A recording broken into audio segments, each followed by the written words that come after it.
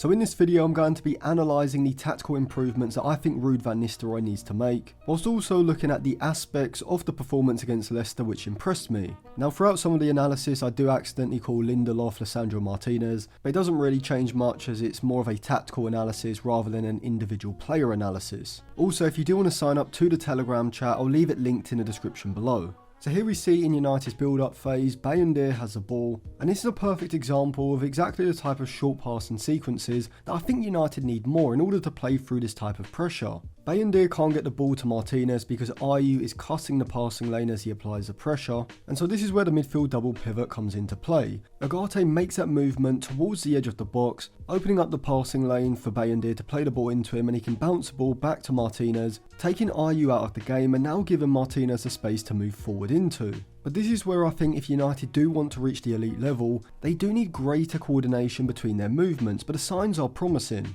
Here we see Martinez has possession and Ugarte has dragged Soumaré high up the pitch, which in turn opens up that passing lane between Reed and Soumaré, and so if someone is dropping deep, Martinez can play that midfield splitting pass from where they can bounce the ball back into Casemiro, and now United would have worked the ball in behind the Leicester midfield line with a series of short passes. Now Bruno Fernandes does eventually make this movement, probably a second or two too late, but you can see despite the good movement, United aren't as coordinated as they need to be, as Martinez should really be looking to play this pass into Fernandes so he can bounce it off into Casemiro, but also the benefit of Bruno Fernandes' deeper movement into this space is that he has dragged Leicester's right-sided centre-back Akoji higher up the pitch, which of course is going to leave space in the back line for United to potentially exploit if they can work the ball into the middle third. But Martinez doesn't take up the opportunity to play this midfield splitting pass, and so it ends up going back to Bayındır. But even still, despite the missed ball progression opportunity, Bayındır can just play the ball to De Ligt, and now he's got space to carry the ball forward. But as De Ligt receives the ball, I think this is another example of how United still need improvement in the build-up phase.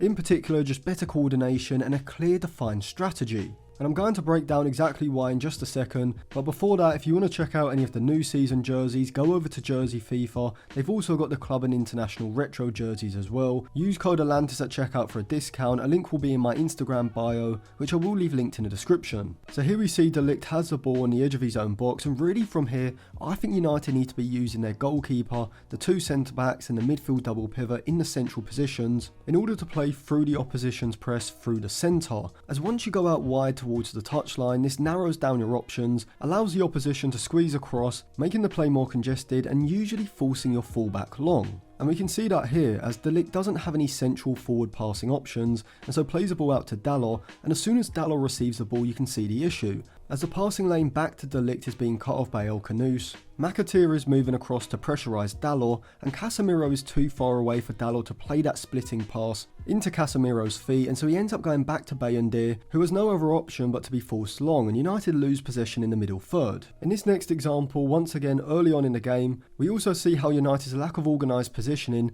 does make it hard for them to play through the centre of the pitch. And I think this is more on Ten Hag than it is Van Nistelrooy, because obviously Van Nistelrooy's only really had a few days with the team. But I definitely think going forward into the next few games, United's possession structure in terms of where players are positioned in order to open up passing lanes for players with the ball has to improve, because I thought Leicester were very poor, both in and out of possession. Against a better pressing side, I think United are going to struggle to retain possession if they play like this. So here Lisandro Martinez has possession, you've got Ugarte and Casemiro in front, but I think Van Nistelrooy has to be instructing Dalot to hold a deeper position in this phase of play in order to create a back three, and now you're going to see exactly why. Lisandro Martinez plays a pass into Ugarte, who bounces it out back to De Ligt, which is actually exactly what I want to see United doing, but the issue is that when De Ligt receives possession, because Dalot's positioning is far too high, it's not deep enough, that passing lane out to his right is not open. And neither are the passing lanes into Ugarte or Casemiro, with the pressing Leicester player cutting off those passes in behind them. And so De Ligt is forced backwards to Bayındır, and I think in this sort of situation against better pressing sides,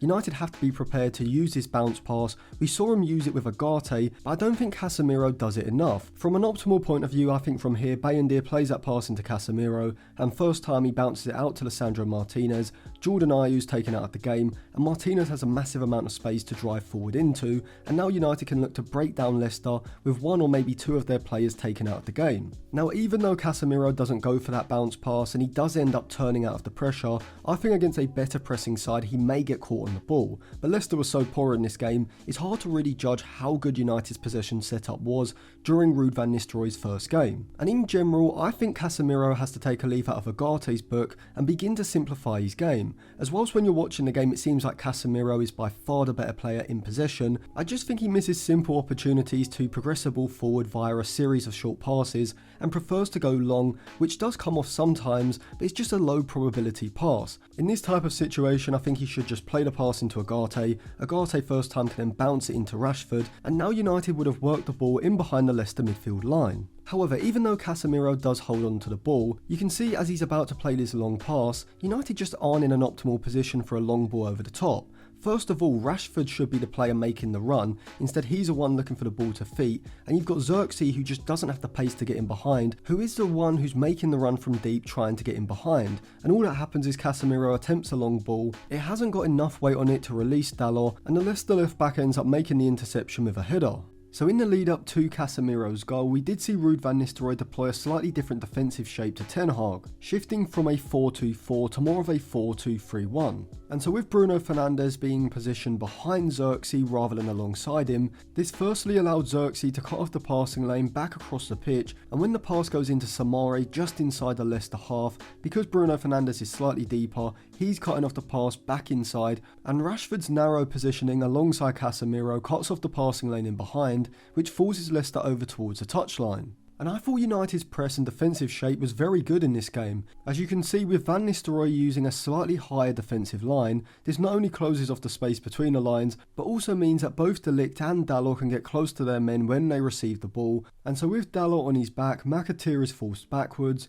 which Bruno Fernandes uses as a trigger to apply pressure. Bruno Fernandes' pressure forces Leicester further back, and now Xerxes as well as Garnacho and Ugarte behind are able to squeeze up the pitch, and once the ball goes back to the Leicester goalkeeper, you can see that because Garnacho has pushed up high on the left side with his man, and Ugarte and Lindelof have followed their men in the centre, as well as Xerxes applying pressure while simultaneously cutting off the pass back across goal. And you can also see that even though the United players have been pulled slightly out of position and so are no longer operating in a strict 4-2-3-1, the man-to-man press is still working very well, with each player following their man, cutting off all the options, forcing Leicester long and allowing United to regain possession. Lisandro Martinez picks up the ball just inside his own half. Garnacho's always looking to make that run in behind, and this time Lisandro Martinez finds him with a long ball, and after getting the ball under control just outside of the opposition's box, he plays the ball backwards, Bruno Fernandes with a fantastic dummy, and Casemiro just smacks it top corner. There's nothing really more to analyse. But the lead up to this goal not only shows how Ruud van Nistelrooy's defensive shape in the middle third differs to Ten Hag, but also how United's trigger press and their high man-to-man press, at least in this game anyway, is functioning more effectively than their possession system.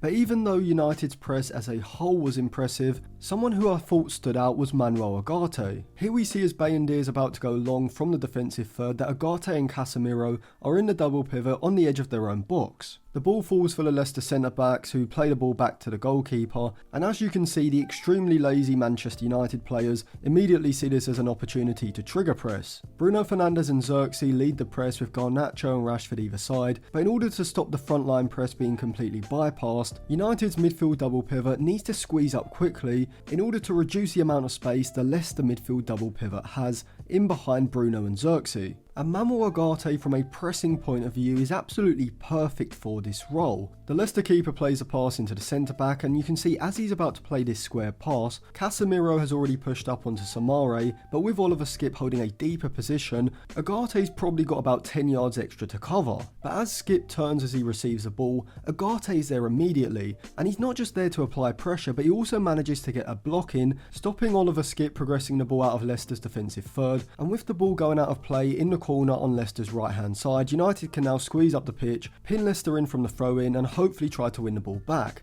And this type of pressing situation wouldn't have been possible without Ugarte in the centre of midfield. If Eriksen and Casemiro are there, there's just no way Eriksen's able to make up that ground and get to Skip in time to stop him turning and playing out. And so you can see just how ridiculous it was that Ten Hag was using an aggressive pressing front four and deciding to play Eriksen and Casemiro over Ugarte, because I think Ugarte is arguably the best ball-winning central midfielder when it comes to these pressing situations in all of Europe. So let me know if you agreed with my analysis. Check out my Patreon, the Telegram group chat and the unreleased videos. I'll leave that linked in the description, the comment section and on the end screen now.